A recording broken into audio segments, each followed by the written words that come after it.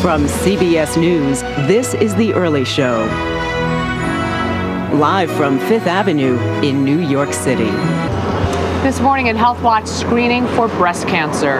New research suggests an MRI can find early stage tumors more often than a mammogram.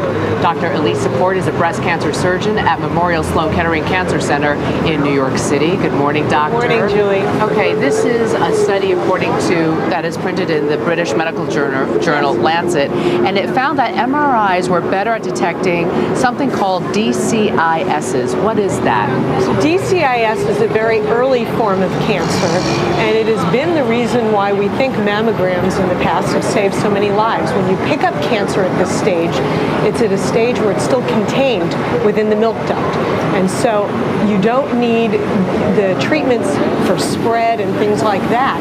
When you find cancer at this stage, it should be easily removable with surgery and some additional treatments, and the cure rate is extremely high.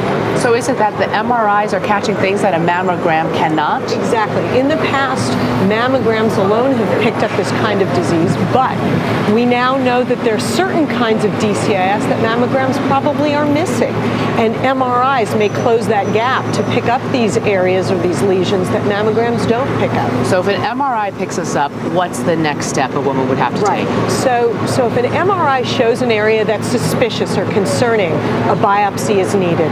And that can be done in one of many different ways. Sometimes it's done with the needle, sometimes it's done with surgery.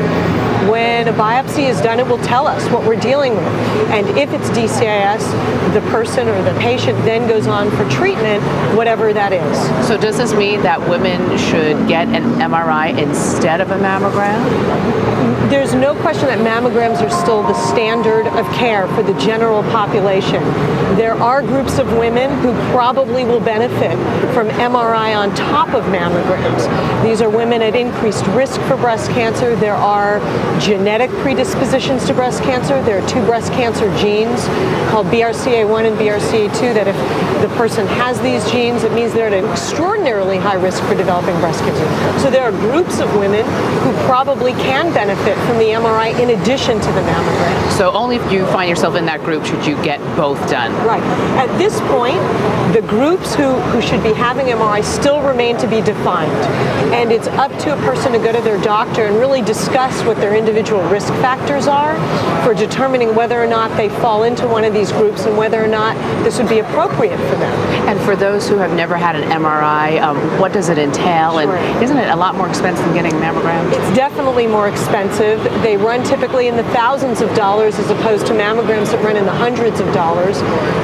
It is more of a closed space when it's done properly for breasts, so there can be issues related to anxiety and claustrophobia. If you have to have a biopsy related to MRI, that could lead to more procedures that are a little bit more taxing than what was normally associated with mammograms and so forth. The bottom line is talk to your doctor. Absolutely. Dr. Elisa, thank you so much.